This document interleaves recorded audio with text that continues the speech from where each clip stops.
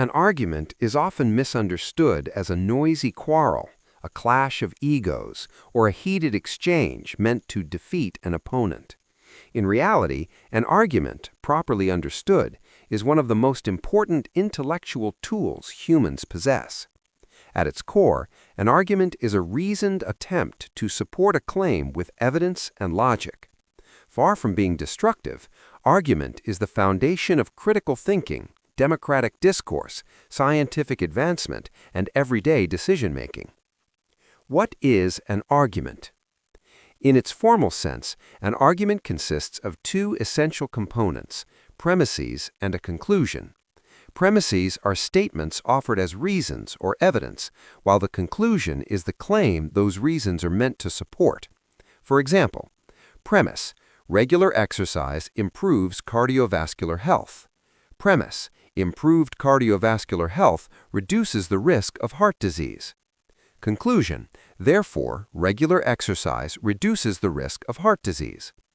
This structure distinguishes an argument from mere opinion or assertion. Saying, exercise is good for you is not an argument. It becomes one only when supported by reasons that can be examined, questioned, or tested. Argument versus dispute. One major reason arguments are disliked is their confusion with disputes. A dispute is driven by emotion, identity, or power. An argument is driven by reason. In a dispute, the goal is to win. In an argument, the goal is to arrive at the truth or the best possible conclusion given available evidence. Healthy arguments allow participants to revise their beliefs. If no amount of evidence could change a person's mind, what is happening is not argument, but dogmatism. Genuine argument requires intellectual humility, the recognition that one may be wrong. Types of arguments. Arguments take different forms depending on their purpose and context. Deductive arguments aim for certainty. If the premises are true and the reasoning is valid, the conclusion must be true. Mathematical proofs and formal logic operate in this domain. Inductive arguments aim for probability rather than certainty. Scientific reasoning is largely inductive. Repeated observations support general conclusions, though they remain open to revision. Abductive arguments seek the best explanation among competing possibilities. A doctor diagnosing an illness or a detective solving a crime relies on abductive reasoning. Each type plays a crucial role in human knowledge, and misunderstanding their limits often leads to poor reasoning or false confidence. Argument and critical thinking. Argument is inseparable from critical thinking. To evaluate an argument, one must ask, are the premises true? Are they relevant? Does the conclusion logically follow? This process trains the mind to detect fallacies such as circular reasoning, false dilemmas, straw man arguments, or appeals to emotion. In education, learning to construct and analyze arguments sharpens clarity of thought. Students who can argue well tend to write better, reason more carefully, and engage more deeply with complex ideas. Argument, in this sense, is not about confrontation, but about discipline of thought. Argument in society and democracy. Democratic societies depend on argument. Public policy, law, and governance all rely on competing arguments about what ought to be done. When argument deteriorates, replaced by slogans, propaganda, or outrage, democracy weakens.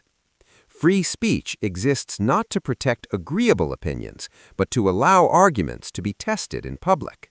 The assumption is that through open argument, bad ideas can be challenged and better ones refined.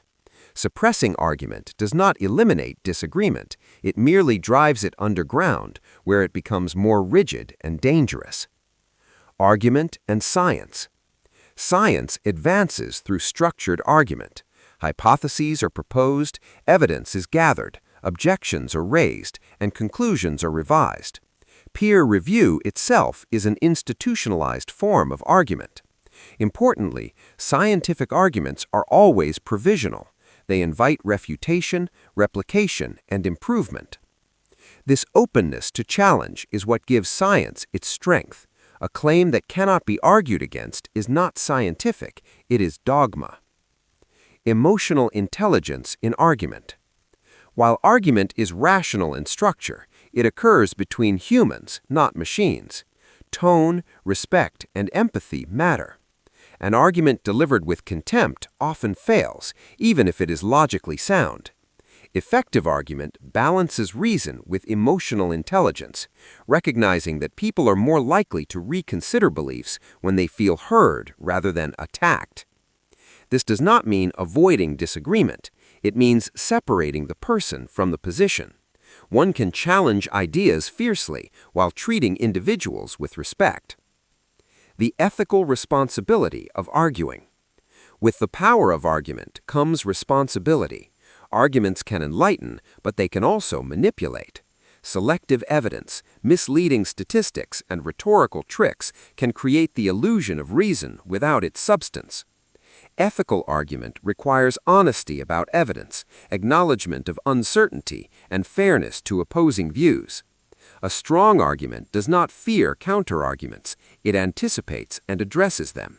This willingness to engage opposition is a mark of intellectual integrity. Conclusion. Argument is not a flaw in human interaction. It is one of humanity's greatest achievements. It allows disagreement without violence, progress without certainty, and learning without finality. When practiced well, argument sharpens minds, improves decisions, and deepens understanding. The problem is not that we argue too much, but that we often argue badly, confusing volume for validity and conviction for correctness. To argue well is not merely to defend a position, but to participate in a shared search for better reasons and truer conclusions. If you like this explanation, please subscribe our YouTube channel and follow us on Twitter.